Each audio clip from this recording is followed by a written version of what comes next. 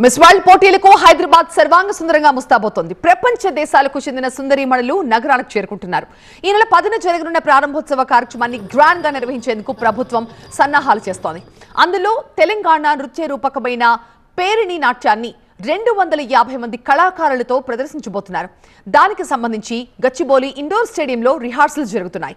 Rehearsals కి సంబంధించిన మరిన్ని విశేషాలు మా కరెస్పాండెంట్ శ్రవణ్ అందిస్తారు. ప్రపంచ సుందరి పోటీలకు ఏర్పాట్లు చకచకా సాగిపోతున్నాయి. ఓ పక్క ప్రపంచ దేశాలు 120 దేశాలకు చెందిన సుందరిమణులు హైదరాబాద్ నగరానికి చేరుకుంటున్నారు. శంషాబాద్ ఎయిర్పోర్ట్లో వారి కోసం ప్రత్యేకమైన ఏర్పాట్లు చేసి స్వాగతం పలుకుతున్నారు.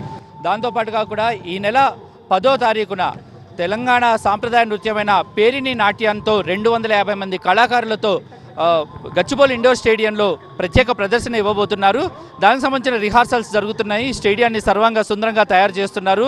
250 మంది చిన్నారులు ఈ పేరిణి నాట్య ప్రదర్శన. Welcome to Saptagiri NPS university. Admissions open for BE, BCA, MBA and MCA for the academic year 2025-26. Enroll now. చేయబోతున్నారు. ప్రస్తుతం మనతో పాటు మాస్టర్ ఉన్నారు. ఒకసారి మాస్టర్తో మాట్లాడదాము. ఏర్పాట్లు ఎలా ఉన్నాయో చూసుకుందాం. సార్, ఏంటిది ఆ పేరిణి నాట్యం అంత ప్రత్యేకత? ప్రపంచంలోంచి 120 దేశాల నుంచి వచ్చిన వాళ్ళకి దీన్ని చూపిస్తున్నారంటే ఏంటి పేరిణి నాట్యం ప్రత్యేకత ఏంటి? ఎలా ఉన్న ఏర్పాట్లు? నమస్తే అండి. ఈ పేరిణి నాట్యం 2000 ఏళ్ల నాటి చరిత్ర కలిగిన నాట్యం అండి. దీన్ని కీర్తిశేషులు పద్మశ్రీ డాక్టర్ నటరాజ రామకృష్ణ గారు 1970వ సంవత్సరంలో పురుషుల సాంప్రదాయంలో దీన్ని రీక్రియేట్ చేశారు. తర్వాత ఒక్కొక్క ప్రాంతానికి ఒక రాష్ట్రీయ నృత్యం ఉండే అవకాశం ఉంటుంది.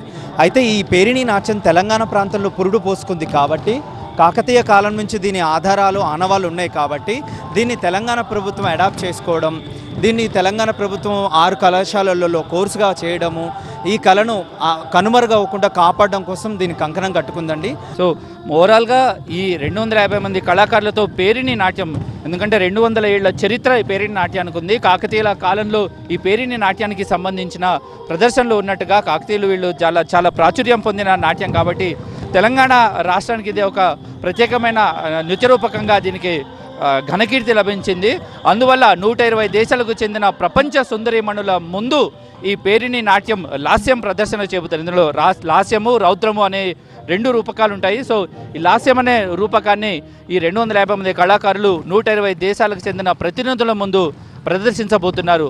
ఓవరాల్గా ఈ ప్రపంచ సుందరి పోటీలకు ఇది తెలంగాణ సాంస్కృతిక శాఖ, సాంస్కృతిక శాఖ ఆధ్వర్యంలో ప్రత్యేకమైన ఏర్పాట్లు జరుగుతున్నాయి. ఇండోర్ స్టేడియంలో దానికి సంబంధించిన రిహార్సల్ జరుగుతున్నాయి. చూడవచ్చు, స్టేడియం కూడా ఒకసారి బ్యూటిఫుల్గా తయారు చేశారు.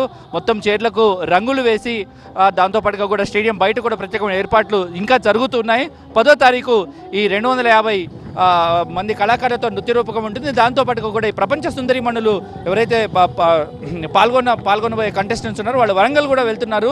వరంగల్లో 1000 స్తంభాల గుడి, భద్రకాళి టెంపుల్, రామప్ప ప్రపంచ వారసత్వ సంపదగా గుర్తించబడిన రామప్ప ఆలయంలో కూడా మరోసారి పేరిణి నాట్యం ప్రదర్శన ఉండబోతుంది. కాబట్టి ఓవరాల్గా ఈ నెల 31 వరకు జరిగే ఏర్పాట్ల కోసము, ప్రపంచ సుందరి పోటీల కోసం ప్రత్యేకమైన ఏర్పాట్లు చాలా గ్రాండియర్గా చేస్తున్నది తెలంగాణ ప్రభుత్వం. కెమెరా పర్సన్ నవీన్తో శ్రవణ్, TV9 హైదరాబాద్.